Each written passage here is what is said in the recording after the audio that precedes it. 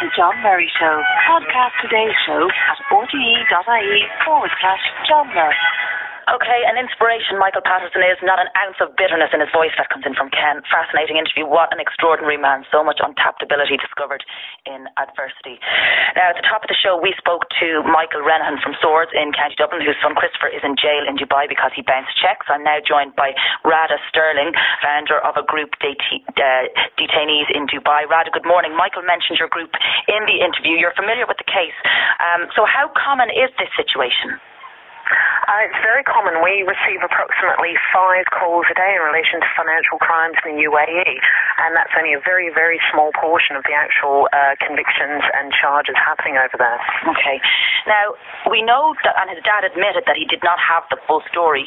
If Christopher has a criminal record in Ireland, would that have come up in the court in Dubai? Certainly not. As in the case, if he was guilty of something in the UAE or charged or under suspicion, that would not come into the hearing in Ireland. It's a different jurisdiction and completely irrelevant to the charges. Okay. What are the financial laws in the UAE then?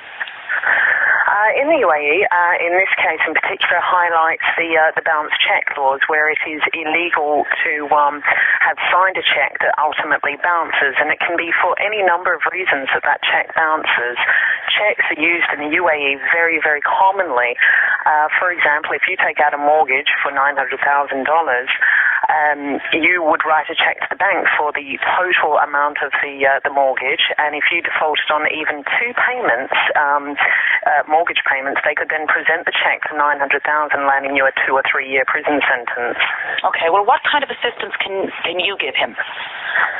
Effectively, we are looking to highlight the case and influence some changes in the way that financial laws are administered in the UAE. It's currently under review in other areas of the UAE, and we're hoping that Dubai looks at the recent reforms in Sharia law, where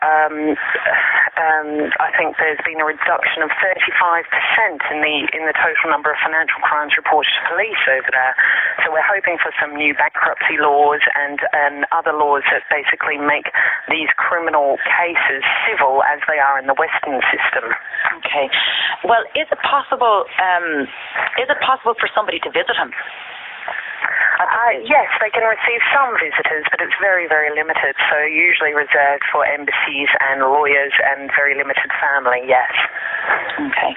All right, Radha, thanks for joining us. That's Radha Stirling from the group detainees in Dubai.